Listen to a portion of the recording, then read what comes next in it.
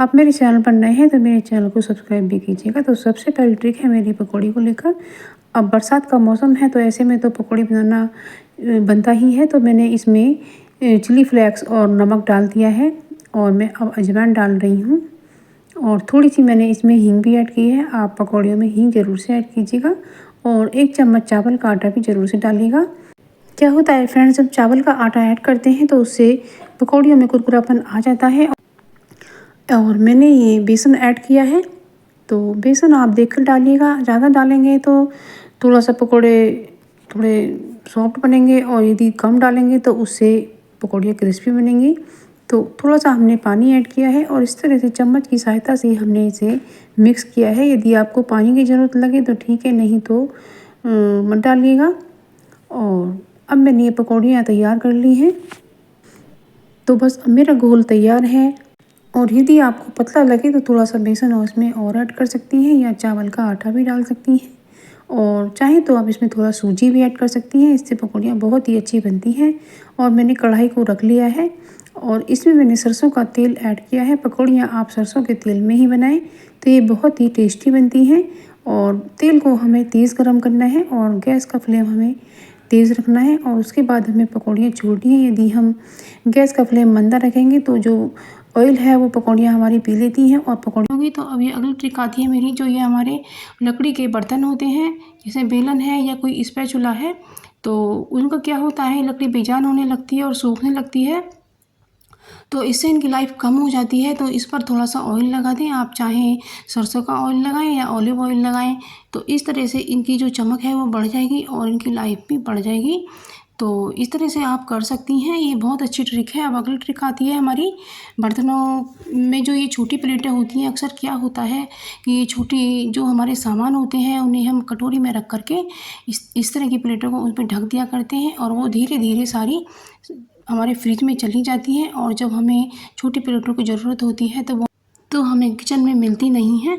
तो हमें करना क्या है, तो ये जो हमारे ढक्कन होते हैं ये पड़े रहते हैं, हमें इनका इस्तेमाल करना है और इस तरह के ढक्कनों को हमें ढक देना है। तो हमारी जो छोटी प्लेटें हैं वो सारी हमें किचन में ही मिलेंगी और हम इनका यूज़ कर पाएंगे। हमारे दीपक को लेकर, ये जो दिए होते हैं हमारे जलाते जलाते काले पड़ जाते हैं और इस पर जो इनका ऑयल होता है तो उसकी एक मोटी सी लेयर जम जाती है और वो साफ़ नहीं होती है। तो हमें इसके लिए क्या करना है, तो हमें सबसे पहले करना है इन्हें पानी से गीला और बस इस पर हमें लगाना है अब थोड़ा सा सॉस।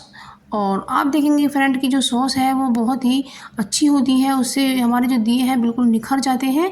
तो ये हमारे पास सॉस का जो पाउच है वो आधा ख़त्म हुआ पड़ा हुआ था, तो इस पर लगा देते हैं और हमारे दीपक आराम से चमक जाएंगे और इस सॉस का भी यूज़ हो जाएगा। तो आप देख सकते हैं कि मैं किस तरह से साफ़ कर रही हूँ। इस तरह सा जो स्क्रॉच ब्राइट का झूना होता है और थोड़ा सा तो बर्तन बार भी इसमें लगा लेते हैं और इससे एक बार हम साफ़ कर लेते हैं तो हमारा दिया बिल्कुल चमक उठेगा और इसकी साइन वापस लौट आएगी और ये बिल्कुल नया जैसा हो जाएगा है। और बस अब इन्हें हम अपने दीपक को जहाँ पर आपको काला लगे वहाँ पर ज़्यादा रगड़िएगा। अब वॉश कर लेते हैं। तो फ्रेंड्स आप देख सकते हैं कि ये हमें इसी तरीके से अपने दिए को चमकाना है। अब ये अगली ट्रिक आती है हमारी वेट लॉस को लेकर। तो फ्रेंड्स मैंने इस भगोने में कुछ मेथी के दाने और कुछ जीरे के दाने ऐड किए हैं और इसको अच्छे से मैंने पानी के साथ बॉईल कर लिया है। तो बस इसको मैं अब छान लेती हूँ और छानने के बाद इसको थोड़ा हम ठंडा करेंगे। हमें ये गुनगुना ही लेना है और हमें दिन में 3-4 बार इसे पीना है। तो इससे क्या होता है फ्रेंड्स, हमारा फैट कम हो जाता है और ये वेट लॉस करने के लिए बहुत ही अच्छा तरीका है। और इसमें आप नींबू भी निचोड़ सकते हैं। तो फ्रेंड्स आप नींबू ज़रूर से ही ऐड कीजिएगा। आप देख सकते हैं कि जब मैं इसमें नींबू निचोड़ूंगी तो ये जो कलर है कितनी तेज़ी से हटेगा। तो इसी तरह से फ्रेंड्स आपका फैट भी हट जाता है। तो आप इसे ज़रूर से करके देखिएगा। तो हमने इसको करके देखा है, इसलिए ही मैंने ये नुस्खा आपके साथ शेयर किया है। तो आप इसे यूज़ करके अपना वेट लॉस अच्छे से कर सकती हैं। तो फ्रेंड्स कभी कभी हमारे हाथ पर तेल की छींट आ जाती है तो उससे जल जाता है, तो उसके लिए हमें लेना है कोलगेट पेस्ट। तो कोलगेट पेस्ट हमें इस तरह से लगा लेना है। तो इससे आपका हाथ ज़्यादा नहीं जलेगा, इससे ठंडक पड़ जाएगी क्योंकि इसमें ठंडापन होता है। और इसमें आप इसे ही ज़रूर से लगाइएगा कि ये सब जो कोलगेट का सफ़ेद पेस्ट होता है यही इसमें कारगर होता है। और बस इस तरीके से अब हमें गैस का फ्लेम मीडियम रखना है और हमें पकौड़ियों को क्रिस्पी करना है। तो इस तरीके से हमारी पकौड़ियाँ बनकर के तैयार हैं और हमें जब निकालना है तो इन्हें निचोड़ कर ही निकालना है। ये कितनी सारी ट्रिक्स हैं जिससे आपके को पकौड़ियाँ बनाने में बहुत ही मदद मिलेगी। तो इस तरीके से आप पकौड़ियाँ बनाइएगा। तो फ्रेंड, बरसात का सीज़न है तो इसमें पकौड़ियाँ आप ज़रूर से बनाइएगा। सबसे पहले ट्रिक है मेरी ये जो आजकल मंगोड़ियाँ होती हैं सोयाबीन की, क्योंकि आजकल बरसात का मौसम है तो इसमें इनमें ज़्यादा खराबी आने का खतरा बना रहता है। तो और इनको हमें ज़्यादा से ज़्यादा इस्तेमाल करना चाहिए क्योंकि इनमें प्रोटीन बहुत होता है और ये हमारी हड्डियाँ को मजबूत करने में फ़ायदा पहुँचाती हैं और ये सभी तरीके से हमारे लिए बहुत ही अच्छी होती हैं, जो खून भी बनाती हैं। तो इनको भिगोने के लिए हमने गर्म पानी लिया है। क्या होता है फ्रेंड्स, जो इनमें इम्प्योरिटी होती है वो गर्म पानी से सब निकल जाती है।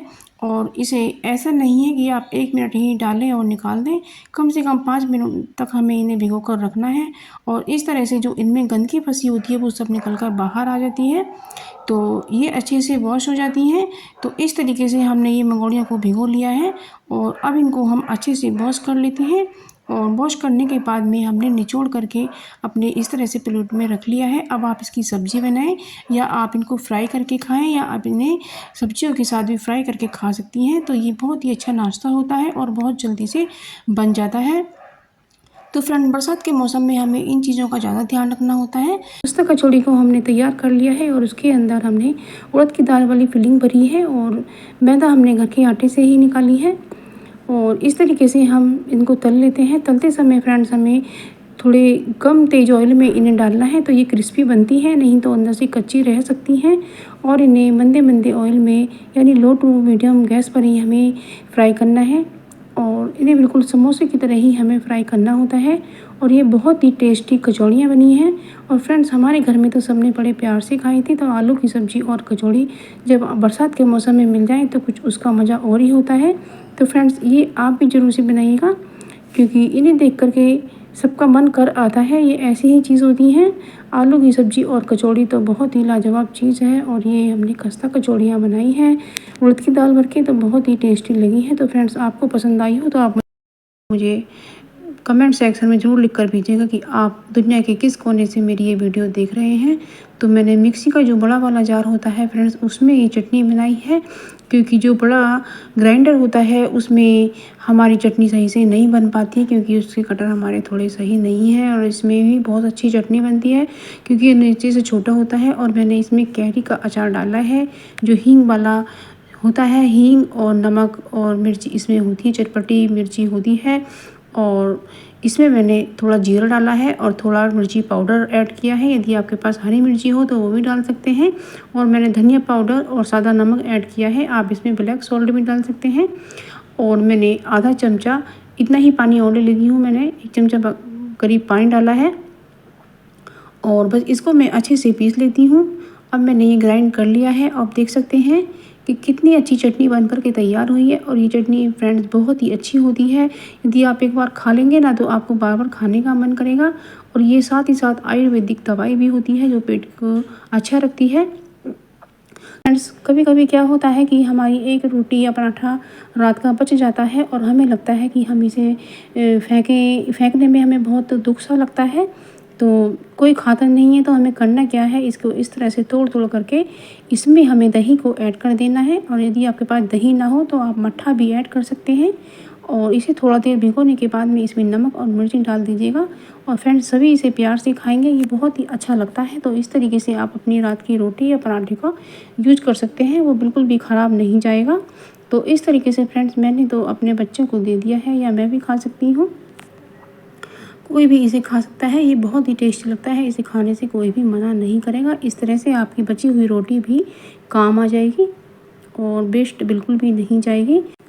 तो फ्रेंड्स, ये भी बहुत यूज़फुल सी ट्रिक है, आपको ज़रूर से पसंद आई होगी। और आप इस तरीके से अपनी जो रात की रोटी है उसको भी बचा सकते हैं, उसका भी यूज कर सकते हैं। तो इस तरीके से हमारे पैसों की बचत होती है। अगली ट्रिक आती है कि जब हम कोई चीज़ तलते हैं कढ़ाई में तो इसके नीचे उसमें गंदगी रह जाती है क्योंकि खाने के छोटे छोटे पार्ट उसमें जलकर गिर जाते हैं। और यदि हम इस तेल को ऐसे ही डब्बे में पलट लें तो ये तेल हमारा ख़राब करते रहते हैं। तो इसलिए हमें ये छान करके ही भर देना है। देख सकते हैं कितनी गंदगी निकल कर आई है। और यदि हम इसे तेल में छोड़ देते ये हमें बहुत ही नुकसान करती है। आप देख सकते हैं तेल हमारा बिल्कुल साफ़ हो गया है। अब आप इसे किसी तरह से भी यूज़ कर सकते हैं। ये ट्रिक आपको ज़रूर पसंद आई होगी। अब अगली ट्रिक आती है, जब हम चावल बनाते हैं तो उन्हें हमें कम से कम 1 घंटा भिगोना चाहिए। और कैसे हैं आप सब? आई होप बढ़िया से होंगे। तो सबसे पहली ट्रिक है मेरी, जो ये शेविंग के ब्रश होते हैं तो इनको क्लीन करना बहुत ज़रूरी है, क्योंकि आजकल बरसात का मौसम है और नमी के कारण इनमें बैक्टीरिया पनप सकता है और शेविंग करते समय इनसे एलर्जी हो सकती है। तो इसलिए मैंने इस पर शैम्पू लगाया है। आप कोई भी शैम्पू ले सकते हैं। तो इस तरह से लगा करके फ्रेंड्स इसे अच्छे से मल कर धोना है। हमें अंदर तक इसमें उंगली डाल कर साफ़ करना है और हमें हफ्ते में 1 बार इसे ज़रूर से साफ़ करना है। और इसे साफ़ करने के बाद हमें किसी ऐसे स्थान पर रख देना है जहाँ धूप आ जाती हो। तो इन्हें धूप में हमें सुखाना है। जब धूप नहीं है तो नहीं है, लेकिन जब निकले तो उसे धूप में ज़रूर से सुखाना है। तो इस तरीके से हमारे जो ब्रश हैं वो बिल्कुल साफ़ रखे रहेंगे। आप मेरे चैनल पर नए हैं तो मेरे चैनल को सब्सक्राइब कीजिए और मेरी वीडियो को लाइक शेयर कमेंट कीजिए। तो आप देख सकते हैं कि इसमें कितना झाग बना हुआ है और हमने इन्हें पानी से वॉश कर लिया है और कितने साफ़ हो गए हैं। बस इन्हें हमें सुखा करके अच्छी तरह से रखना है। तो ये जो ब्रश हैं हमारे बैक्टीरिया फ्री रहेंगे। तो ये बहुत अच्छी ट्रिक है, आपको ज़रूर से पसंद आए।